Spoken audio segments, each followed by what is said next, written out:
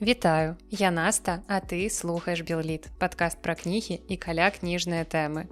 І калі вы учора здолелі пакласціся спаць а 11 вечара, то моя павага, вы проста малайчына, таму што зараз 22:46 і я толькі сядаю записываць падкаст, таму калі я яго зманцірую, магчыма, будзе ўжо глыбокая ноч. Але чаго толькі не зробіш, каб раніцай мае цудоўныя слухачы маглі паслухаць гэты выпуск падкаста. І я думаю, што вы ўсе ведаеце, здагадваецеся, з чаго я пачну сённяшнія эліт-навіны. Вядома ж, з выхаду ззяння. Пра што наогул я яшчэ магу гаварыць апошнім часам больш ні пра што.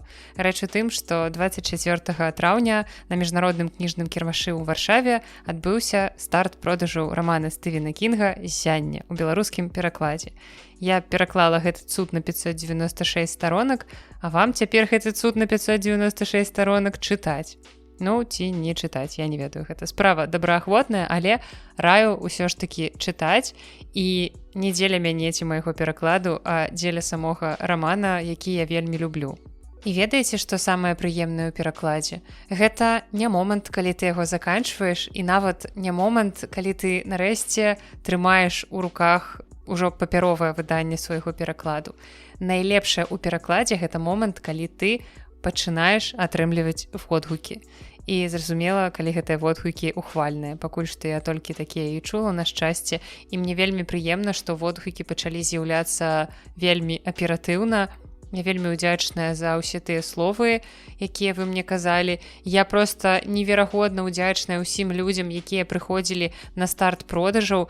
Я, падаецца, ніколі не адчувала настолькі сябе, ну, ведаеце, як пік кар'еры, можна гэта так назваць, настолькі сябе на ўздыме, ну, не ведаю, вось менавіта ў творчай нейкай прафесійнай сферы, мне падаецца, што гэта быў самы такі яскравы момант.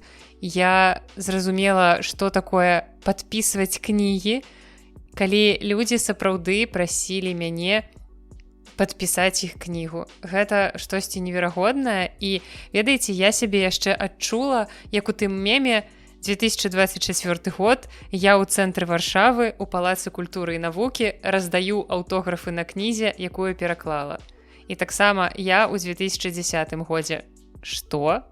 Ну вось, прыкладна так гэта выглядае, таму жыццё такая вельмі непрадказальная штука, і як бы гэта пафасна не гучала, але ты ніколі не ведаеш, куды цябе прывядзе тая ці іншая сцежка, але ну кудысьці прывядзе, і якраз акурат цудоўнасць гэтага жыцця, ёсць такое слово цудоўнасць, калі няма, то я яго прыдумала, магу сабе дазволіць. Карацей, цудоўнасць гэтага жыцця заключаецца акурат у тым, што ты не ведаеш, што ты будзеш рабіць у наступны момант, і гэты наступны момант можа аказацца неверагодна крутым, якім ты нават сабе не ўяўляў. А вы, магчыма, ведаеце, што я чалавек трывожны, і калі я сабе неяк уяўляю будучыню, то гэта пераважна максімальна катастрафічна трагічная будучыня. Я ўяўляю усе магчымыя адмоўныя варыянты развіцця падзей. Такім чынам, нібыта, я сябе рыхтую да таго, што можа адбыцца, а можа і не адбыцца, і калі яно не адбудзецца, то я буду ў некалькі разоў больш задаволеная, таму што я ўжо напрыдумляла сабе чагосьці дрэннага, яно не адбылося, і я задаволеная і нават вельмі задаволеная. Не ведаю, як гэта працуе ў маёй дурной галаве, але вось неяк так працуе.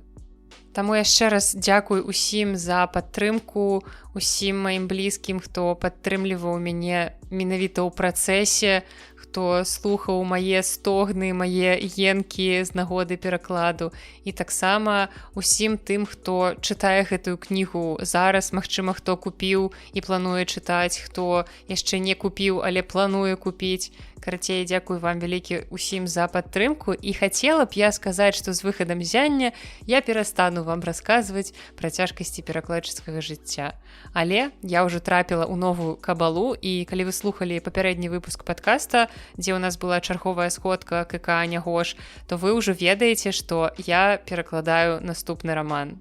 Толькі скончыла з адным, адразу ўвязалася ў другі, нават раней увязалася, але цяпер нарэшце я ўжо магу казаць, што гэта за кніга. Гэта сучасны амерыканскі раман Рэбекі Куанг, які называецца Yellowface.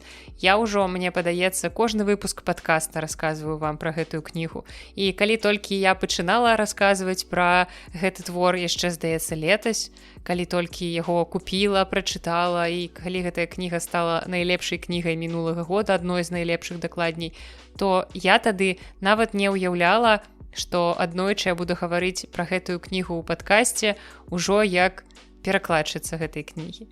Ну і таксама, ведаеце, я калі вам расказвала пра Стывена Кінга ўсе гэтыя гады, таксама нават уявіць не магла, што аднойчы я назаву сябе беларускай перакладчыцай Стывена Кінга. Таму вяртаемся да таго, з чаго пачалі. Жыццё штука вельмі непрадказальная, але ад таго не менш класная. Таму кніжку Yellowface, якая па-беларуску также будзе называцца Yellowface, ніякіх там жоўтых твараў ці жаўтатварых, я ўжо перакладаю. Калі мы яе пабачым у друку, я не ведаю. Я спадзяюся, што магчыма нават да канца года. А як яно пойдзе? І тут мы вяртаемся зноў да таго, што жыццё штука непрадказальная. Я, вядома, жартую, ёсць пэўныя выдавецкія планы, але пакуль што перакладаю. Гэта ўсё, што трэба ведаць. Так што пакуль Yellowface не выйшаў, чытайце Кінга, яго можна заказаць на нашым сайце кнігаўка.com, можна заказаць на Allegro і таксама на еўрапейскім Амазоне. І зразумела, што я чакаю вашых водгукаў і вашай канструктыўнай крытыкі. Ну і раз ужо я пачала вам расказваць пра навінкі беларускага кнігавыдання, то я працягваю расказваць вам пра навінкі беларускага кнігавыдання. Я вырашыла, што гэтую частку літнавінаў варта перанесці ў пачатак, пакуль вы яшчэ ўсе слухачы мае свеженькія, бадзёренькія, я спадзяюся, каб вы адразу сабе занатоўвалі, што цікавага выйшла з беларускіх кніжак і што можна купіць. Таму працягваем з навінкамі нашага выдавецтва, каб ужо расправіцца з усімі. І у нас выйшла яшчэ 2 кнігі за травень, і першая гэта кніга для дзяцей, якая называецца «Мора ў горадзе». І яе напісала і праілюстравала Эльга Папова. І гэтую кнігу я ўжо прачытала. Я б пазначыла ўзрост гэтай кнігі, дакладней ўзроставае абмежаванне, дзесьці як 5+. Гэта цудоўная, суперсветлая, суперлетняя, прыемная гісторыя пра хлопчыка Ціму і пра мора. Гэта сапраўднае мора, якое ён забраў з сабой з прыморскага горада ў вядры. Бо мору захацелася павандраваць. Нармальнае такое жаданне ў кожнага з нас перыядычна ў жыцці яно ўзнікае. І мора разам з сабой захапіла, каб не было сумна, акул, медуз, іншых насельнікаў свайго марскога свету. І ў звычайным горадзе мора разам з Цімкам стала хадзіць у школу, стала вучыцца. У той час, як жыхары прыморскага горада, адкуль мора ўласна і прыехала, не разумелі, куды знікла іхняе мора, што наогул адбываецца і як ім цяпер жыць, таму што вы ведаеце, што многія прыморскія курортныя гарады выключна з гэтага мора і жывуць. І адміністрацыя горада пачала пісаць аб'явы пра тое, што мора знікла, і піраты, якія жылі ў гэтым моры, нават выправіліся на ягоныя пошукі. І піраты аказаліся ў тым жа горадзе, у якім мора, і былі вымушаныя ісці ў школу, таксама як і мора, вучыцца. І гэта проста цудоўная кніга, яна вельмі адпавядае летняму перыяду, бо яна пра мора, яна, як я ўжо сказала, суперсветлая, суперцёплая, таму калі вы шукаеце нейкую кнігу для сваіх дзяцей у адпачынак, то гэта, як мне падаецца, проста ідэальны варыянт. У кнізе дастаткова прыгодаў, яна напісаная з гумарам, і мне вельмі спадабаўся жарт, дзе людзі абураліся, што мора ад іх без папярэджання з'ехала, і яны казалі, што мора паблытала берагі. Цудоўная гульня слоў проста, але насамрэч гэта яркая каляровая кніга, там вельмі шмат ілюстрацый, якія намалявала сама аўтарка, але там, в прынцыпе, дастаткова і самога тэксту, таму мне падаецца, што нават для 5-6гадовых дзетак, якія толькі пачынаюць чытаць, гэтая кніга падыдзе ў якасці такой першай чытанкі. Або, дзецям, можа быць, 4 гадоў, таксама вы можаце гэтую кнігу чытаць і самі. Гэта таксама будзе добра. Я думаю, што і дарослыя з задавальненнем прачытаюць гэтую кнігу, пазнаюць у некаторых момантах сябе. Напрыклад, там цудоўнай такой скразной лініяй праз увесь твор праходзіць дошка для прасавання, якую сям'я ўсё ніяк не можа купіць, таму што пастаянна пра яе забывае. І бацька павінен быў прынесці яе, але забыў. Там таксама маці кажа, давайте пойдзем зараз нарэшце купім гэтую дошку.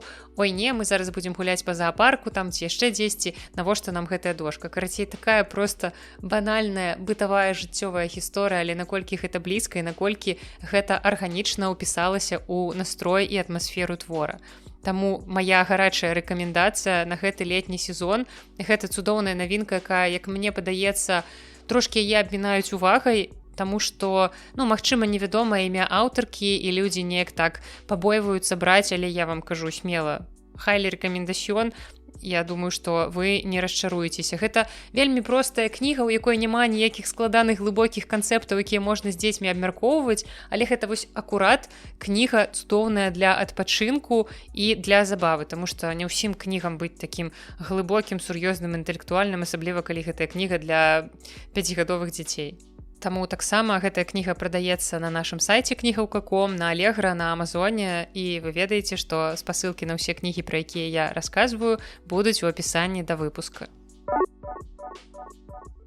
Ну і трэцяя кніга, якая выйшла ў нашым выдавецтве ў траўні, гэта новы раман Альгерда Бахарэвіча «Капітан лятучая рыба». Больш доўгі агляд на гэтую кнігу вас у падкасці яшчэ чакае. Пакуль што я проста скажу, што гэта першы авантурна-прыгодніцкі раман Альгерда, і я не скажу, што ён першы падлеткавы ці першы дзіцячы для Альгерда, таму што ў яго ўжо была электронная кніга «Тэатр шчаслівых дзяцей», якраз для такога ўзросту. Але гэты раман я, ў прынцыпе, магу назваць даволі універсальным. Я не магу сказаць, што ён чыста падлеткавы, таму што сапраўды яго можна раіць падлеткам як такое добрае дынамічнае чытанне на лета. Але разам з тым, калі вы як дарослы будзеце чытаць гэтую кнігу, то вы пазнаеце ў гэтым творы такога старога, добрага Бахарэвіча з яго роздумам пра лёс пісьменніка ў выгнанні, з нейкімі развагамі наогул на літаратурныя тэмы. Ну і таксама Альгерд закранае ў гэтай кнізе актуальныя палітычныя тэмы, інакш ён не быў бы Альгердам, бо галоўная гераіня гэтага рамана – дзяўчынка па імені Алеся, бацькі якой на радзіме сядзяць у турме, а яна вымушаная жыць за мяжой, і гэта проста максімальная актуалачка. І паўтаруся, што, уласна, агляд самой кнігі вас чакае яшчэ пазней трошкі ў падкасці, а зараз будзе такі невялічкі сюрпрайз, і ўпершыню у гісторыі майго падкаста, я не ведаю, магчыма, упершыню ў падкастах наогул, я не ведаю, ці прыходзіў гэты чалавек у госці да кагосьці ў іншы падкаст, госці хтосьці ёсць, няма кагосьці, вось гэтай цытаты вы можете здагадацца, што гэта за чалавек. Карацей, упершыню ў падкасце «Білліт» Лявон Вольскі. Рэч у тым, што Лявон менавіта быў ілюстратарам да гэтай кнігі, і там наогул, калі вы гарталі яе, калі вы бачылі, там карцінак няшмат, і карцінкі усе чорна-белыя, бо кніга ўсё ж такі падлеткавая, не дзіцячая, таму асабліва там нейкія маляванкі яркія не патрэбныя. Ну і таксама ёсць у гэтай кнігі каляровая вокладка, якую таксама намаляваў Лявон. Таму я распытала Лявона, адкуль наогул з'явілася такая задума папрацаваць з Альгердам над гэтай кнігай, хто да каго прыйшоў першы, што нарадзілася першым, твор ці ілюстрацыі, як гэта наогул адбылося і як наогул ім працавалася. Так што вашай увазе адказ Лявона. Сітуацыя склалася наступным чынам. Я прачытаў дзесьці ў Фейсбуку, здаецца, ці на нейкім іншым рэсурсе, прачытаў, што Альгерд напісаў новую кнігу, прычым у жанры авантурнага фантастычнага раману для ўсіх узростаў, і што ён шукае... Засталося знайсці ілюстратара, было там напісана ў ягоным допісе. Я так падумаў, параіўся з жонкай, думаю, чаму мне не... паколькі гэта нейкі авантурны раман, можа быць, там альтэрнатыўны комікс, такі жанр ёсць, я яго распрацоўваў у свой час. Думаю, можа быць, ён спасуе для гэтага. Я напісаў Альгерду, ён сказаў, што было б класна, канешне, было б суперска. Я накідаў на пачатку вобраз галоўнай гераіні і некалькі яшчэ ілюстрацыяў. Даслаў Альгерду, даслаў Андрэю Янушкевічу. Яны абодва пагадзіліся, што это тое, што вельмі пасуе да рамана. Вось. Далей я толькі дасылаў наступныя ілюстрацыі, і ўсё прыймалася. Толькі адна была загваздка з вокладкай. Бо на пачатку вокладка была зусім іншая. Яна адлюстроўвала менавіта фінал раману, дзе ўжо Алеся адпачывае на беразе акіяну пад нейкай пальмай.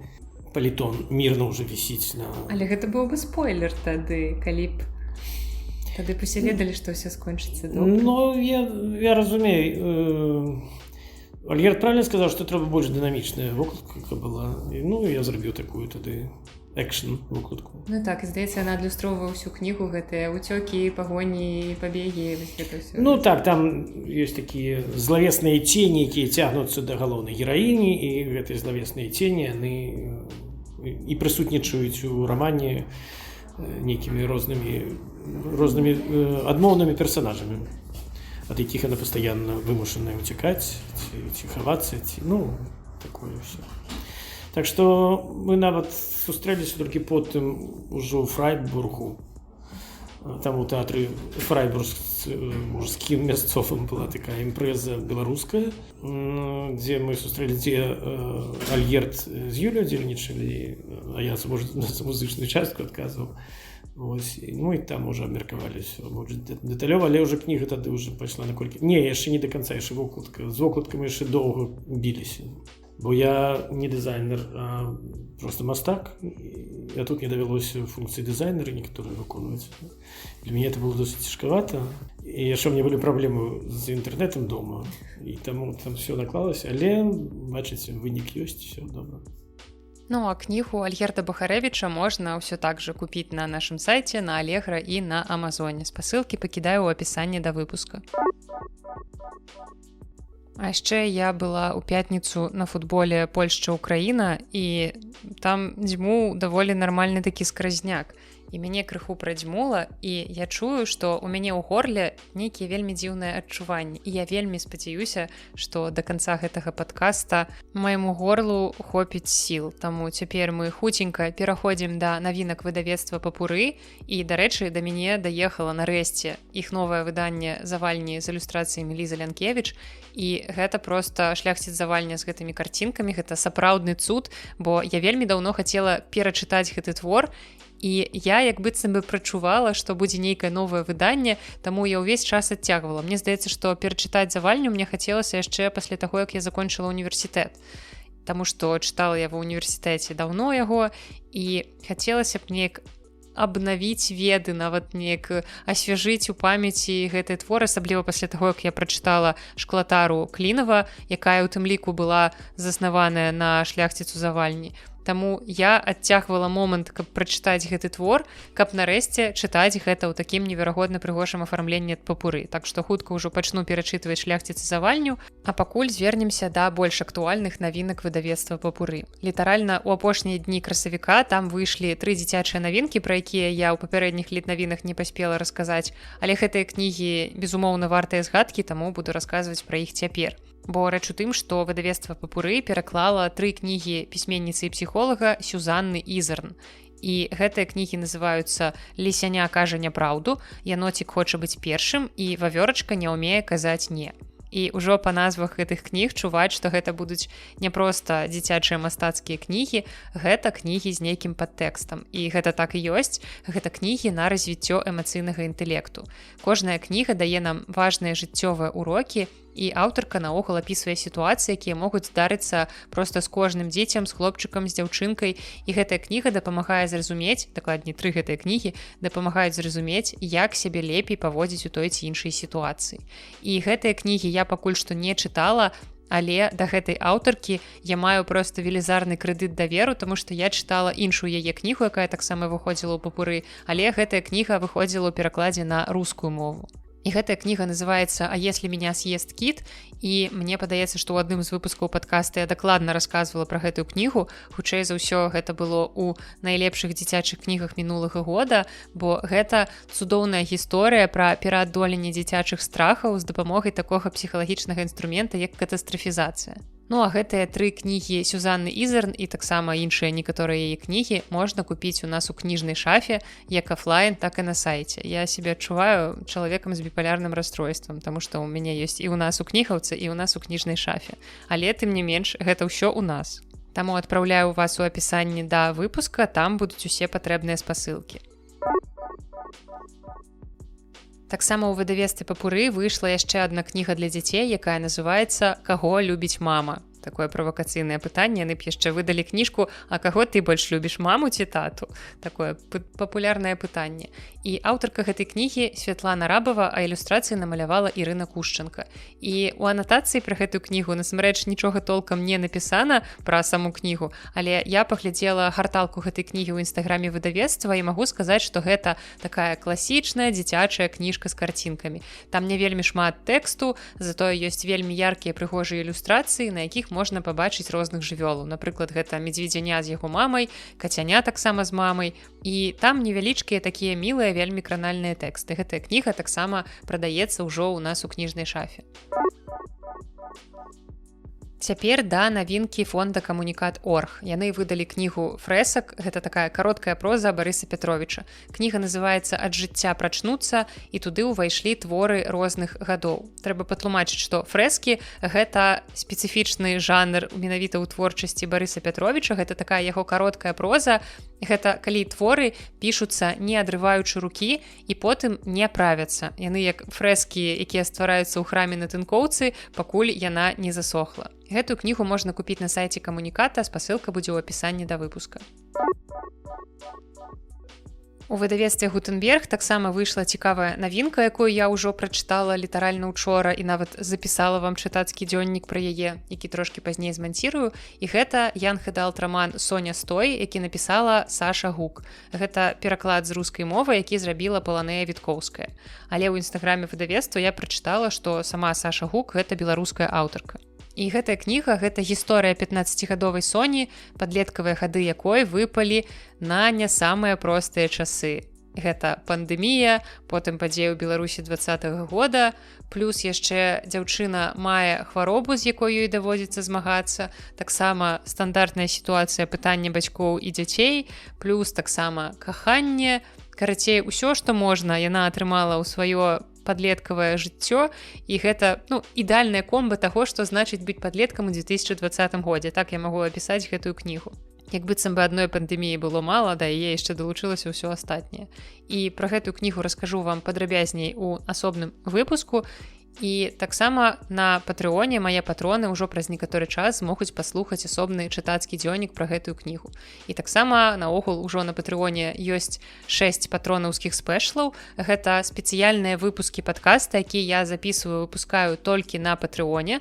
Яны называюцца «Чытацкі дзённік», і там я бяру нейкую адну кнігу, чытаю яе і адразу падчас чытання дзялюся нейкімі ўражаннямі, эмоцыямі, думкамі, якія прыходзяць у галаву.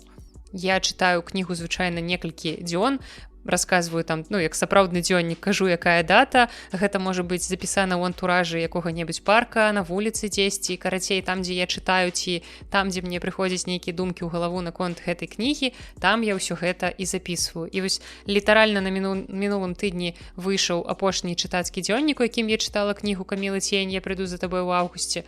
Дакладней, не чытала, а перачытвала.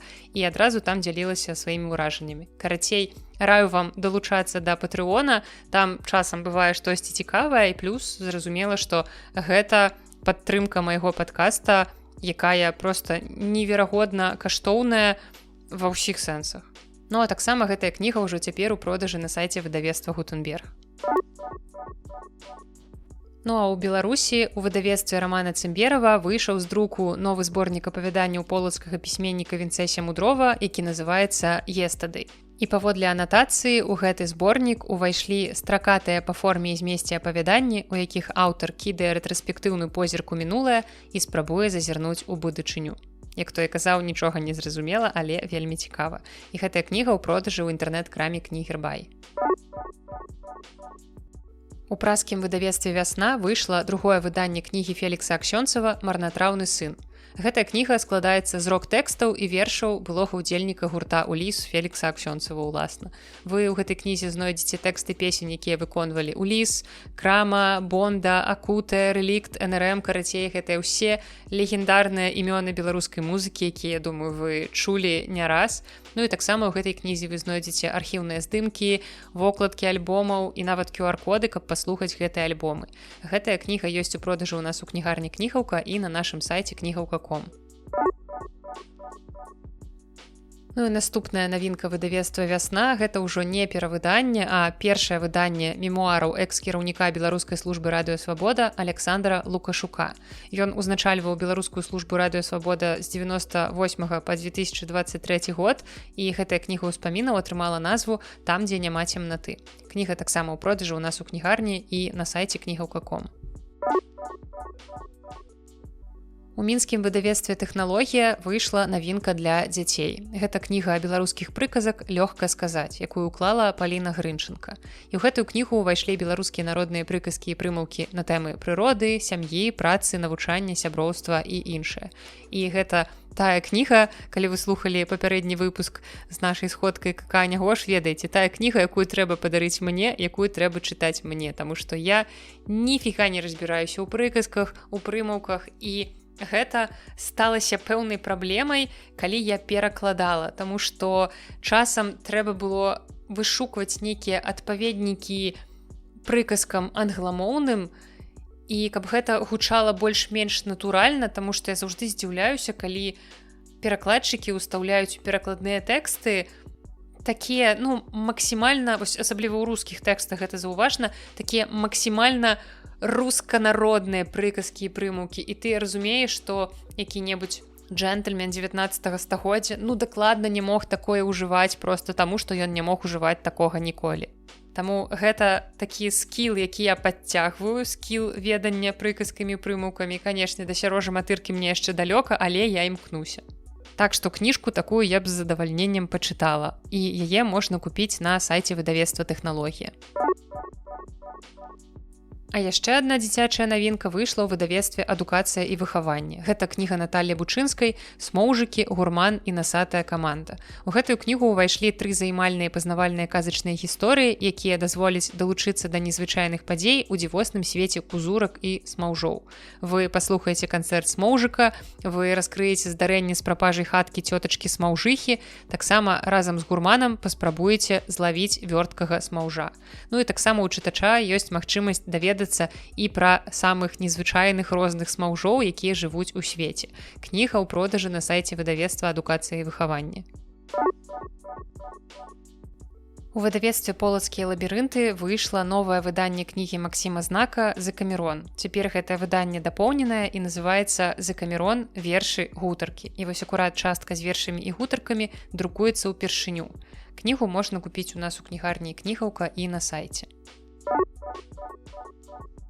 Таксама крыху вам раскажу пра пераклады беларускіх кніг, якія выходзяць за мяжой, таму што мне падаецца, гэта вельмі важная рэч, не менш важная, чым тое, якія кнігі выходзяць па-беларуску, таму што пераклады нашых кніг на замежныя мовы сведчаць пра цікавасць да беларускай літаратуры ў свеце. Зразумела, што гэта не можа не радаваць. Таму першая кніга, пра якую мы пагаворым, гэта кніга вершаў Уладзіміра Арлова. У польскім выдавецтве «Пів», якое не мае ніякага дачынення да піва, гэта панствовы інстытут выдаўнічы, там выходзіць зборнік вершаў Арлова «На бжэгу іннего часу», на беразе іншага часу. На беларускую мову творы пераклаў знакаміты польскі паэт і перакладчык Богдан Задура. І гэта выданне з малой серыі перакладаў паэзіі, якое выходзіць з ілюстрацыямі беларускага мастака і каліграфа Геннадзя Мацура. У дацкім выдавецтве, назву якога, даруйце, я вымавіць не магу і нават не буду спрабаваць, таму што я нават не ўяўляю, як чытаюцца гэтыя дацкія літары, выйшаў пераклад кнігі вершаў Ганны Янкуты «Канстытуцыя» на дацкую мову. Перакладчыцай зборніка стала Трына Сёндергар.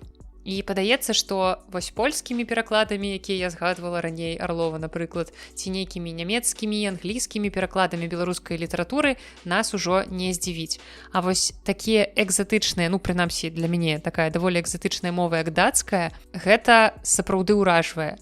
І для Ганны наогул выхад гэтай кнігі важны яшчэ і тым, што гэта першы пераклад яе кнігі на замежную мову, калі я не памыляюся. Так што я віншую Ганну, гэта безумоўна проста неверагоднае дасягненне. Я спадзяюся, што паэзія Ганны знойдзе месца ў сэрцах дацкіх чытачоў, дацкіх аматараў паэзіі.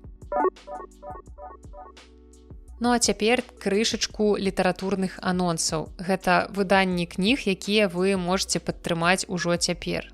Беларуская акадэмія навук збірае сродкі на выданне 2 кніг. Першая гэта гісторыка-этымалагічны слоўнік іншамоўных слоў у старабеларускай мове, і пасля таго, як я вымавіла гэтую назву, адразу перанеслася на філфак, на вучобу, таму што, прыкладна такія кнігі даводзілася часцяком чытаць на філфаку, і гэты слоўнік падрыхтаваны галоўным навуковым супрацоўнікам аддзела гісторыі беларускай мовы Акадэміі навук Александрам Булыкам. Ну а другая кніга гэта перавыданне вядомай манаграфіі «Гісторыя беларускай літаратурнай мовы» Аркадзі Жураўскага з нагоды стагоддзя з дня нараджэння навукоўца. Таксама такая тыповая кніга са спісу літаратуры чытання на беларускім аддзяленні філфака.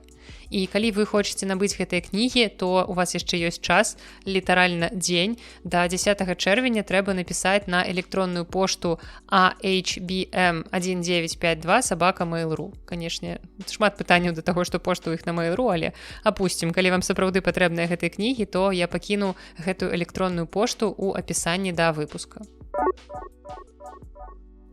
Ну а калі вы цікавіцеся дзіцячымі кнігамі і любіце Маляваныча, хаця што гэта я? Калі ў вас ёсць сэрца, як вы можаце не любіць Маляваныча? Карацей, калі вы цікавіцеся дзіцячымі кнігамі, то ў выдавецтве «Славянка», якое знаходзіцца ў Польшчы, адкрыты папярэдні заказ на новую кнігу легендарнага Маляваныча. Кніга называецца «Ровар Байсік і згублены званочак».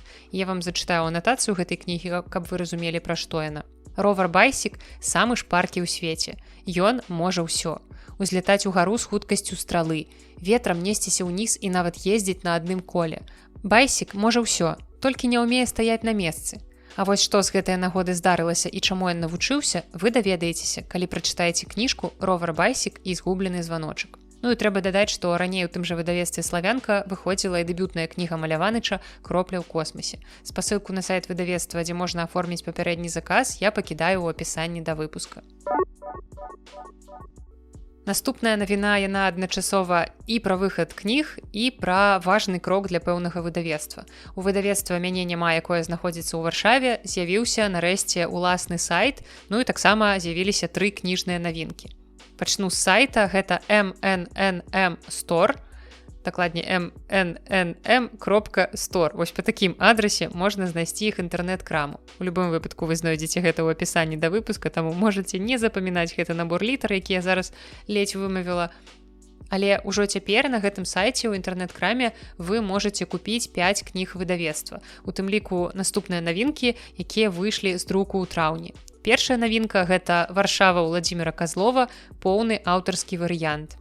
Мне падаецца, для мяне зараз найбольш актуальная кніга, але не ведаю, калі я дабяруся да яе чытання. Гэта хроніка жыцця героя, чыё юнацтва супала з распадам Савецкага Саюза і адаптацыяй да новых рэалій. І калі я прачытала вось гэтае апісанне кнігі, мне адразу згадалася кніга Вольгі Капеевай «Camel Travel». Гэта таксама такая гісторыя пэўных рэфлексій дзяўчынкі, дакладней ужо дарослай жанчыны, але якая у перыяд распаду СССР, бо Вольга нарадзілася ў 80-е гады, яна у перыяд гэтага распаду была яшчэ малой дзяўчынкай і такімі дзіцячымі вачыма глядзела на тое, як адна вялікая краіна паступова ператвараецца ў мноства невялікіх часам, а часам і даволі вялікіх. Таму мне падаецца, што магчыма гэта будзе штосьці падобнае, нават цікава будзе пачытаць і параўнаць. Хаця я разумею, што творчасць Уладзіміра Казлова проста максімальна далёкая ад творчасці Вольгі Капеевай, наколькі гэта толькі магчыма. Я чытала даволі шмат твораў Уладзіміра Казлова калісьці даўно, быў у мяне такі перыяд, але цікава будзе пазнаёміцца, магчыма, калі-небудзь у падкасці вы пачуеце ад мяне водгук і на гэтую кнігу. Ну а наступная кніга ў выдавецтве «Мяне няма». Гэта кніга, якую я абавязкова буду чытаць проста ў найбліжэйшы час, таму што максімальная зацікаўленасць у гэтай кнізе ёсць.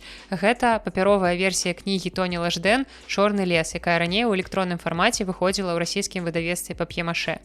І вось менавіта ў электронным фармаце я чытала ўрыўкі з гэтай кнігі пасля таго, як у адным маім улюбёным літаратурным падкасці пачула пра гэтую кнігу. І гэта так цікава, калі дзяўчына з рускамоўнага расійскага падкаста, якая жыве наогул у Сербіі зараз, расказвае пра кнігу беларускай аўтаркі і расказвае пра падзеі ў Беларусі 20-го года. Насамрэч, гэта было даволі нечакана і прыемна.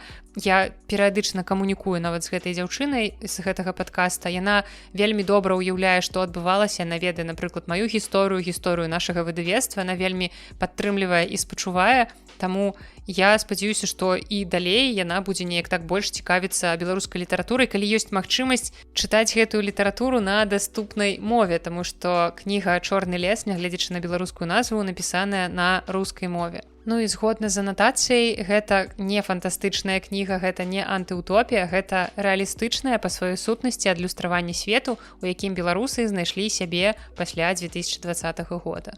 Ну і трэцяя кніга ў выдавецтве «Мяне няма» — гэта «Гіброіды» Сергея Прылуцкага. Цудоўная, максімальна інтрыгуючая назва. Гэта зборнік вершаў пад рэдакцыяй Андрэя Хадановіча. І зноў жа, згодна з анатацыяй, гэтая кніга здарылася яшчэ да вайны, але кранае прадчуваннем хуткага трындзяца і адвечнай асалодай супрацьстаяння. Мне падаецца, што назва, што анатацыя гучаць максімальна прывабна, таму з гэтай кнігай абавязкова таксама пазнаёмлюся і раскажу вам. Ну і нагадаю, што mnnm.store — сайт, дзе цяпер можна купляць кнігі выдавецтва «Мяне няма».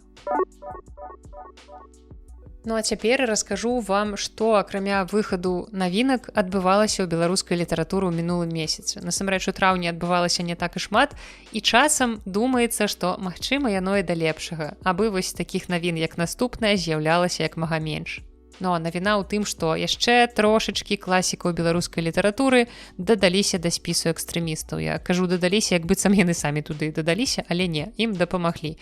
І гэтым разам у той ганаровы спіс экстрэмістаў трапілі кнігі «Выбраныя творы» Вацлава Ластоўскага 97-го года выпуску і «Выбраныя творы» Алеся Петрашкевіча 2017 года выпуску.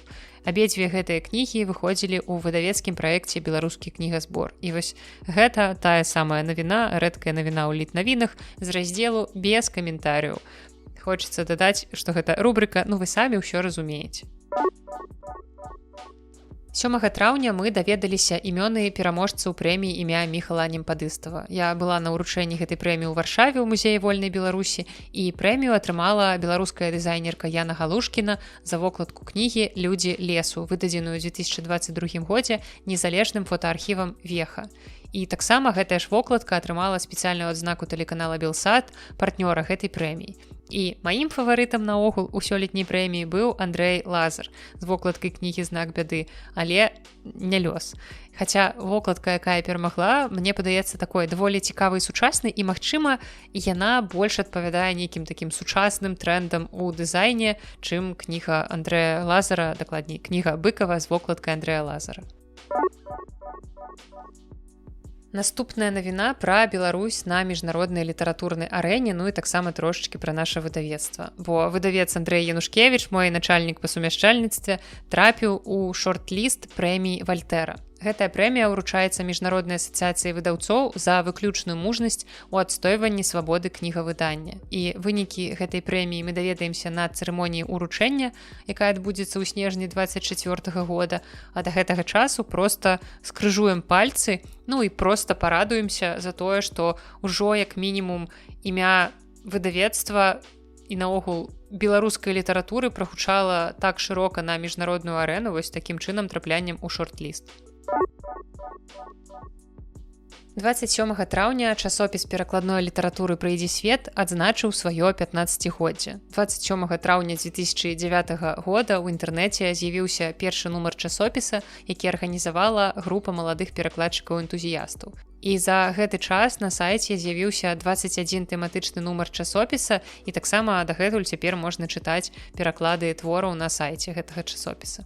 Ну і таксама вельмі важна, што зрабіў часопіс наогул для беларускай літаратуры, гэта тое, што ён стварыў сваю кніжную серыю, у якой выйшлі 15 папяровых кніг. Сапраўды, мне падаецца, што гэты часопіс вельмі моцна паўплываў на беларускую перакладную літаратуру і таксама на нейкае развіццё і наогул на творчы рост многіх перакладчыкаў. Таму віншую з гэтай значнай датай усіх, хто ў розныя гады меў дачыненне да стварэння часопіса, і спадзяюся, што гэтая справа будзе працягваць жыць хаця б у нейкіх фарматах.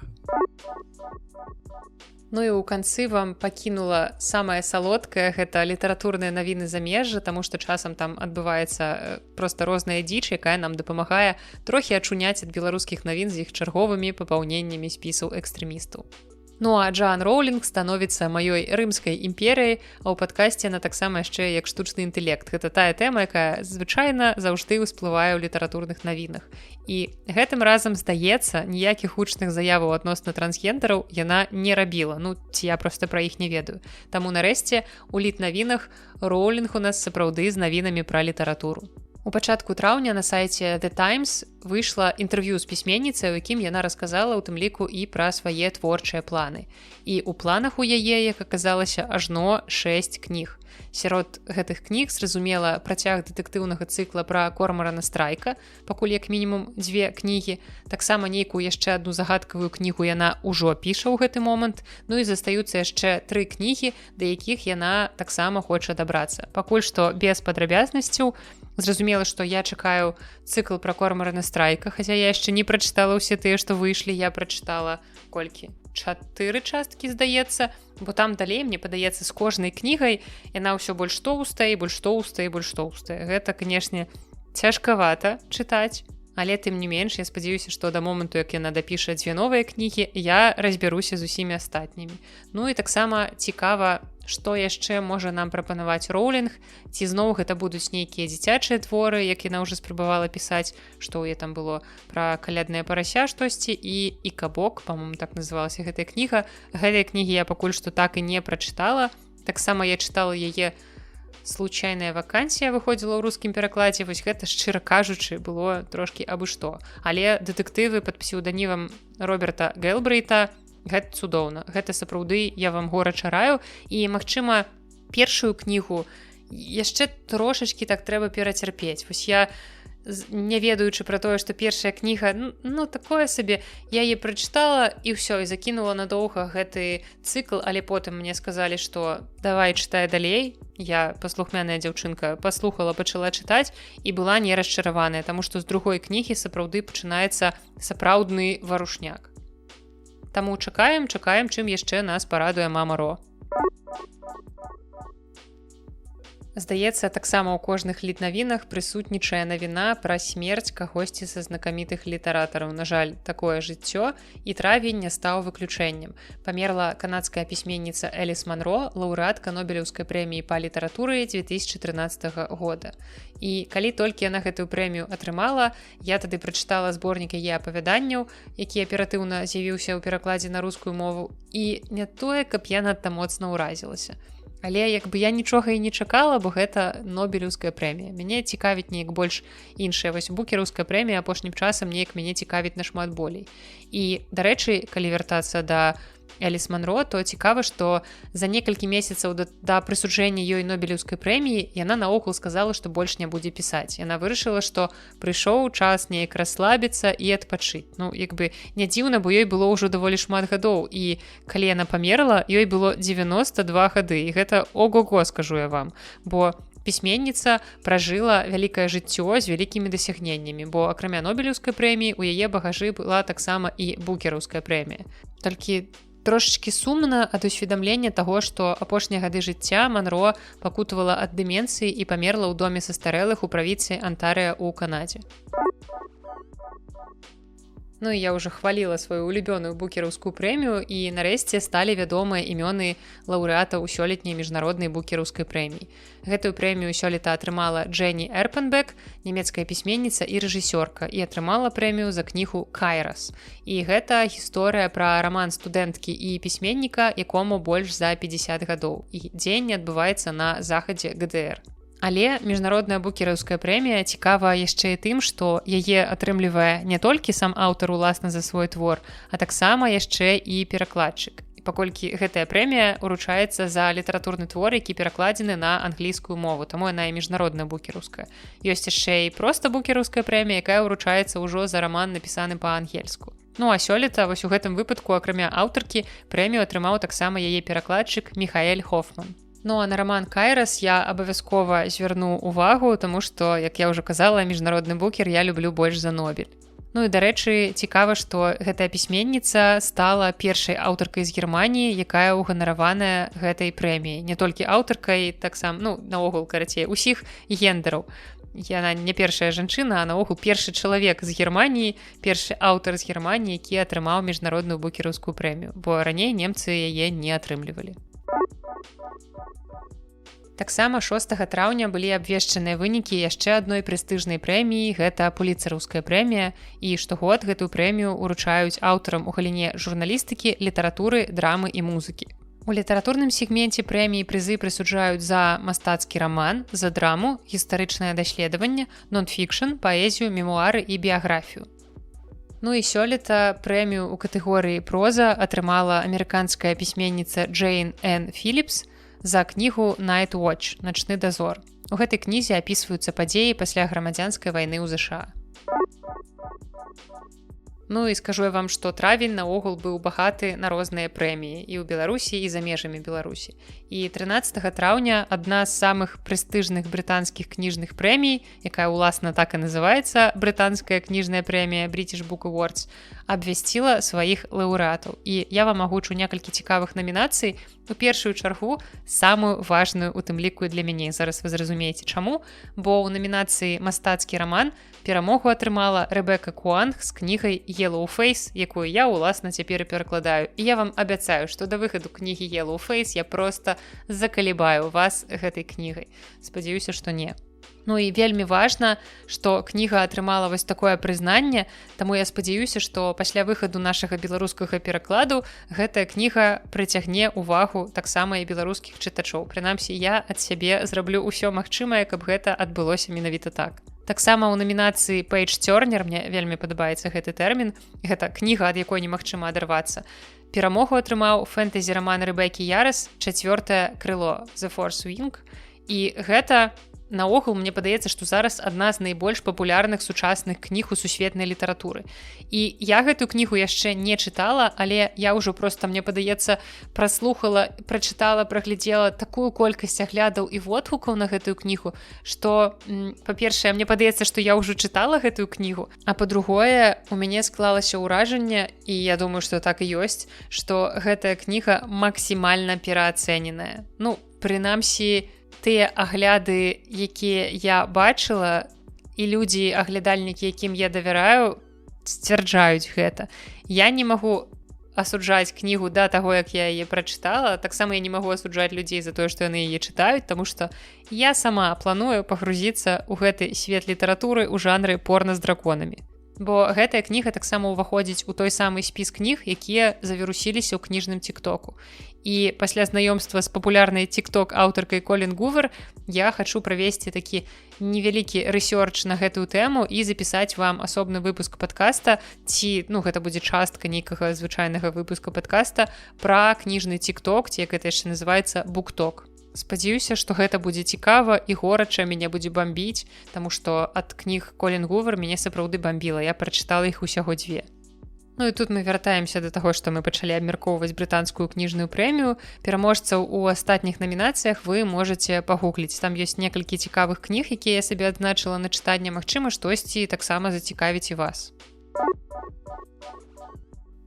Таксама яшчэ адна рубрыка, якая даволі часта ўзнікае ў падкасці, гэта кнігі вядомых асобаў, дакладней, анонсы кніг нейкіх знакамітасцяў. І сёння у гэтай рубрыцы былая канцлерка Германіі Ангела Меркель. Максімальна нечакана, таму што яна абвясціла, што завяршыла напісанне мемуараў. Кнігу аб'ёмам у 700 сторонак пад назвай «Свабода. Успаміны 1924-2021» Меркель напісала ў суаўтарстве з Беатай Бауман, якая на працягу ўсяго тэрміну працы Меркель кіравала яе бюро і была блізкім палітычным дарадцам канцлеркі. Паведамляецца, што мемуары будуць апублікаваныя ў канцы лістапада ў больш як 30 краінах і адначасова выйдзе і аўдыаверсія. Я спадзяюся, што аўдыаверсія начытаная голасам Ангелы Меркель.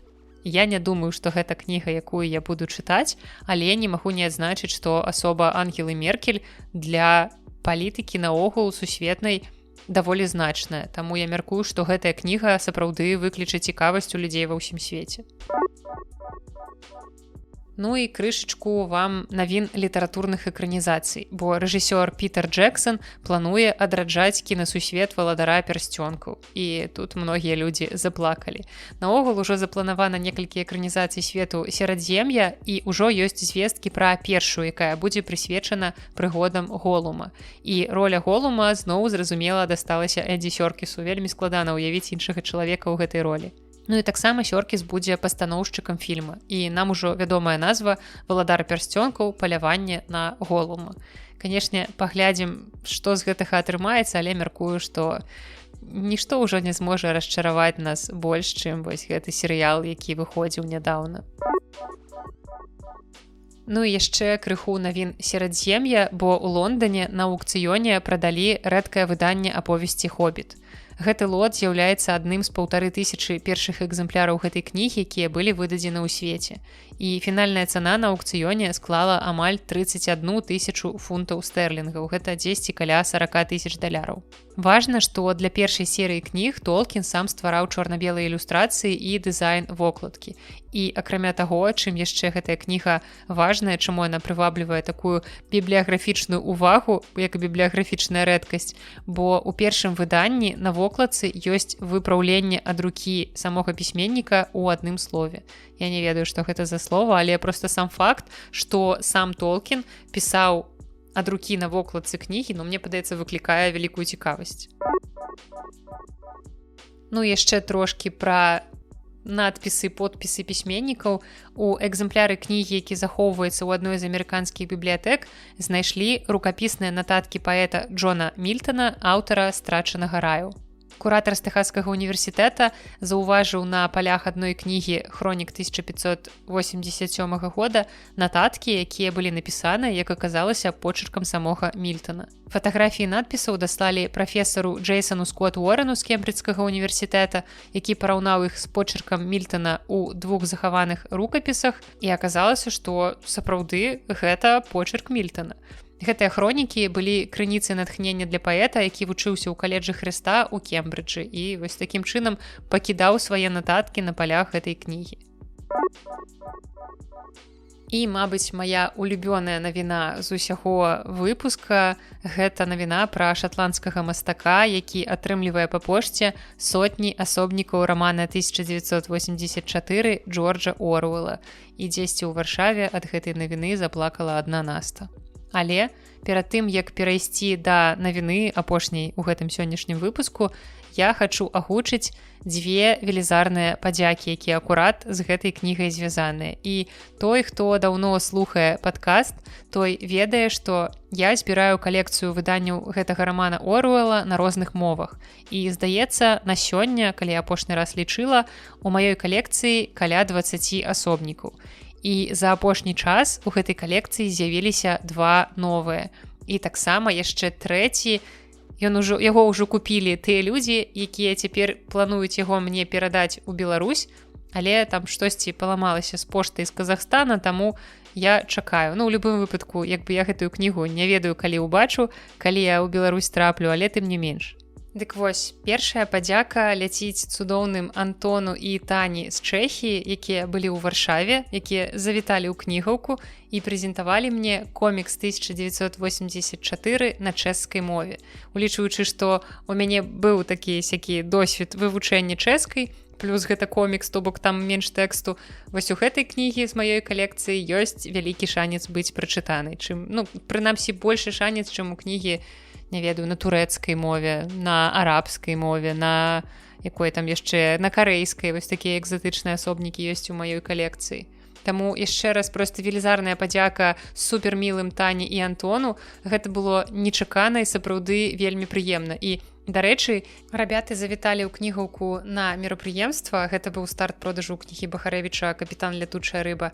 І на старце продажаў ілюстратар кнігі Лявон Вольскі, якога вы ўжо сёння чулі ў гэтым падкасце, падпісваў гэтую кнігу і зладзіў такі невялічкі канцэрт. І вось уявіце сабе сітуацыю.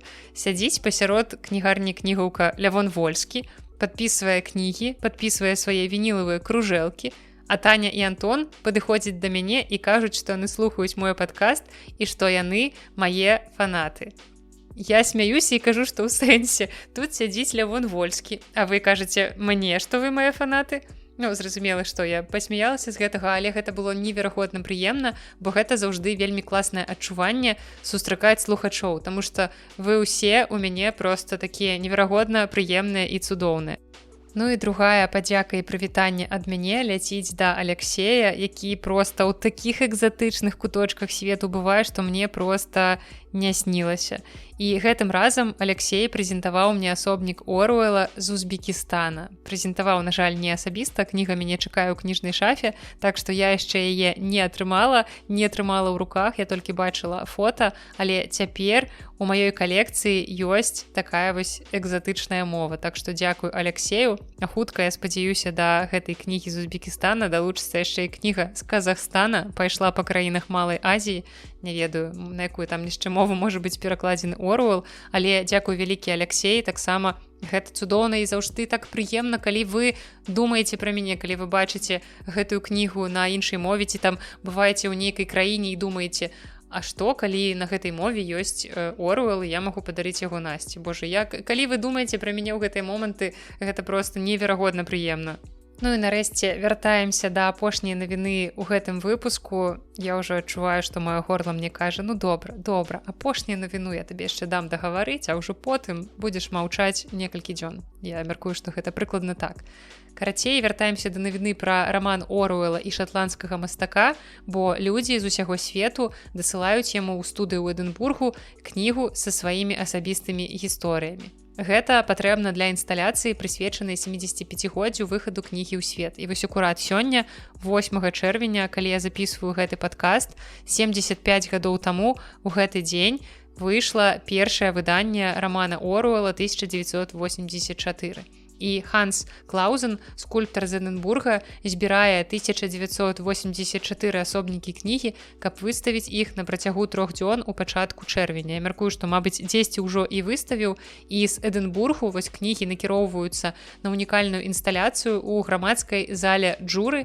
І гэта такая гібрыдская выспа, дзе ў канцы 40-х гадоў, 48-м дакладней, Оруэл на мяжы галечы і ў цяжкім стане хваробы напісаў гэты раман. Выстава інтэрактыўная, гэта такая жывая скульптура, дзе наведвальнікам можна будзе адкрываць і чытаць кожны том, бо людзі дасылалі свае асобнікі мастаку проста абсалютна ў розным стане, бо некаторыя кнігі былі новыя, некаторыя з надпісамі, людзі, калі чыталі, пакідалі нейкія пазнакі, і вось гэтыя кнігі потым дасылалі гэтаму чалавеку. Таксама некаторыя кнігі пабывалі пад дажджом, хтосьці, магчыма, чытаў у ваннай, ураніў у ванную, хтосьці паставіў і праліў кубак кавы на гэтую кнігу, таму самі разумееце, што стаўленне да кніжак у людзей рознае, адпаведна, кнігі розных людзей могуць быць абсалютна ў розным стане.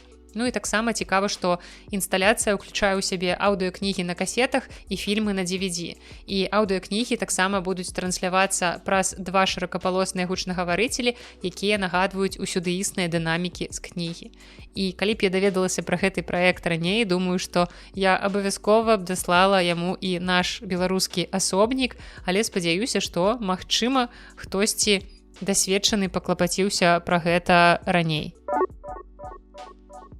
І вось абяцала вам, што ў замежных літаратурных навінах звычайна бывае нейкая дзіч, а ў прынцыпе ніякай дзічы і не адбылося. Ну, магчыма, яно і добра. Часам трэба проста пачытаць штосьці прыемнае, штосьці добрае, што адбываецца ў літаратурным свеце, у Беларусі і за яе межамі. Спадзяюся, што навіны траўня прыйшліся вам даспадобы, што вы занатавалі сабе штосьці з навіначак, якія выйшлі ў мінулым месяцы.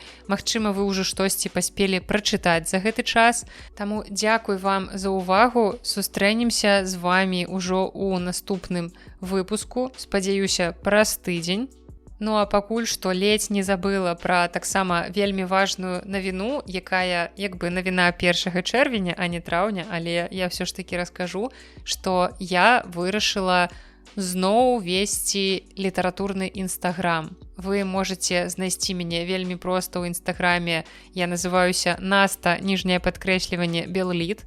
Супер арыгінальна, але калі вы сачылі за маім папярэднім інстаграмам Букваед, ну, вось, можаце памянуць гэты інстаграм. Я яго выдаліла ўжо даволі даўно і аднаўляць не планую. Спачатку у мяне былі думкі, магчыма, яго адкрыць зноў, бо ён, ну, як бы проста закрыты, то бок яго можна, калі што, аднавіць. Але я вырашыла, што не хачу гэтага рабіць, хачу пачаць усё спачатку з чыстага аркуша, і таму першы пост выйшаў 1 чэрвеня, ён прысвечаны Стывену Кінгу, і я мяркую, што даволі рэгулярна буду весці гэты інстаграм, таму там будуць з'яўляцца водгукі на кнігі у больш сціслым фармаце, таму што больш шырока і поўна я ўсё ж такі магу зрабіць агляд на нейкую кнігу тут, паколькі тут я не абмежаваная ў прынцыпе памерамі, колькасцю знакаў, а ў інстаграме будзе нейкае такое сцісленькае рэзюмэ, якое будзе вас адсылаць ужо на падкаст. Там мэта мая будзе проста вас зацікавіць кнігай, каб вы ўжо або адразу яе купілі, зацікавіўшыся гэтым маленькім рэзюмэ, або ішлі слухаць падкаст, каб больш падрабязна пачуць пра гэтую кнігу. Ну і таксама я не хачу рабіць гэты інстаграм выключна кніжным, таму што маё жыццё складаецца не толькі з кніг, і інстаграм хочацца, каб ён быў такім вось своеасаблівым электронным адлюстраваннем мяне, таму што вам у падкасці же тут я расказваю не толькі пра кнігі. Тут часам бываюць і лірычныя адхіленні пра ежу, і лірычныя адхіленні пра кіно, цэлая рубрыка экспрэс-рэкамендацый, дзе я расказваю пра кіно. Таксама, у мяне ёсць яшчэ іншае зацікаўленне акрамя кніг, і зразумела, што кнігі там гэта першаснае. Але, напрыклад, у сторыс вы можете сустрэць відосікі з прагляду футболу ці тэнісу, яшчэ чагосьці, таму што я люблю спорт. Вы можете сустрэць там мае інстагрэмаблы сняданкі, вы можете сустрэць там Варшаву, не ведаю, Будапешт, іншыя месцы, дзе я там перыядычна бываю. Карацей, гэта такое адлюстраванне мяне, але не зусім асабісты дзённік, таму што ўсё ж такі нейкімі такімі вельмі асабістымі рэчамі я не прывыкла дзяліцца ў інтэрнэце. Таму там застанецца тая частка мяне, якая вам патрэбная для таго, каб разумець чалавека, які вам расказвае пра кніжкі, але нічога звыш. Так што далучайцеся да наста ніжняе падкрэсліванне Беллит. Так зручна гэта вымаўляць, мне гэта падабаецца нават больш, чым букваед. Таму пакуль нічога арыгінальнага я не прыдумала, буду называцца так, але спадзяюся, што вам прыйдзецца даспадобы інстаграм. Наконт тэлеграму пакуль што не запытвайце, нічога не ведаю, я працую над гэтым. Працую над гэтым маральна ў думках у сваёй галаве. Таму дзякуй вам, што сёння былі са мной. На сёння гэта ўсё. З вами была Наста і падкаст Беллит. Да сустрэчы.